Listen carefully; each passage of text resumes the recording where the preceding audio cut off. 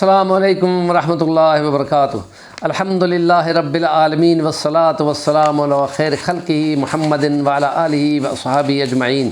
22 مارچ کو ارتھ ڈے منایا جا رہا ہے اور یہ وہ دن ہے کہ جو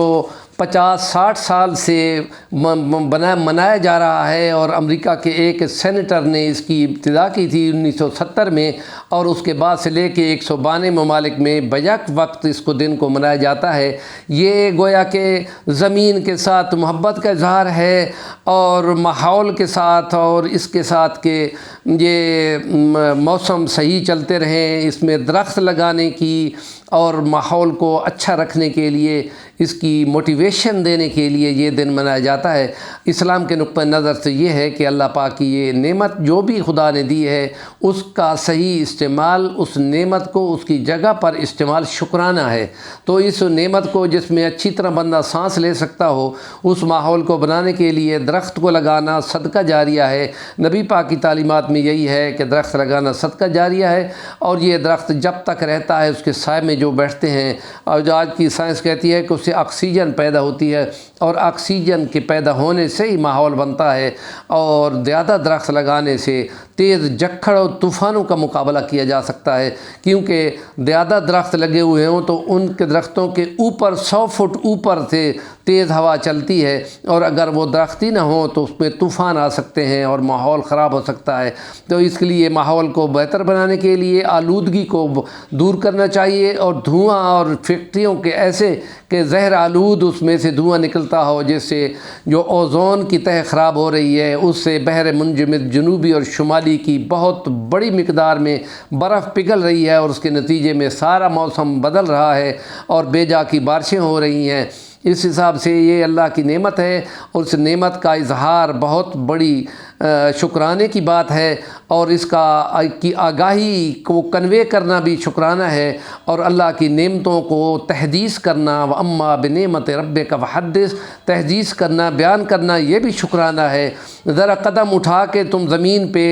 اپالو جانے والوں کو دیکھو کہ وہ زمین پہ، چاند کی زمین پہ چلتے تھے، چل نہیں سکتے تھے، 3-3 فٹ اوپر قدم اٹھ جاتا تھا۔ تو یہاں بڑے مزے سے خرامہ صبح مارچ بندہ کرتا ہے، مسجدوں میں جاتا ہے نمازوں پہ۔ تو یہ ہے، خدا کہتا ہے کہ ہم نے تمہارے لیے کھلے راستے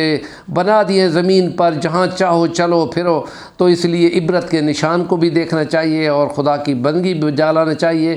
اور زیادہ سے زیادہ درخت لگانے چاہیے۔ ہمارے عمران خان نے 4 ارب سے زیادہ درخت لگائے تھے 2020-21 کی، اور اس میں عالمی طور پہ ریکارڈ بنا تھا۔ اور یہ حکومت جو بھی آ رہی ہے تو ان کو درختوں کو لگا کر یہ نیکی کا کام کرنا چاہیے، اور پانی کے جتنے مصارف ہیں ان میں بے جا کے استعمال کرنا، بے جا چلتی ہوئی ٹوٹیاں چھوڑنا، یہ پانی اور توانائی کا بے جا استعمال ہے۔ ان سے بھی گریز کرنا چاہیے کہ فضول خرچی کرنے والے کو پیارے پیغمبر نے اور خدا کے کلام نے باقاعدہ شیطان کا بھائی کہا ہے۔ تو اس کے لیے احتیاط کرتے ہوئے ان نعمتوں کا استعمال کرنا چاہیے، اور اس کوشش میں پورا بھرپور حصہ لینا چاہیے۔ آگاہی کے ذریعے سے اس نعمت کو خوب استعمال کرنا، اور پھر شکرانہ نعمت بجا لانا کہ یہ ماحول زیادہ بہتر ہے۔ اور جن ممالک میں پانی کی تقسیم کے جھگڑے ہیں،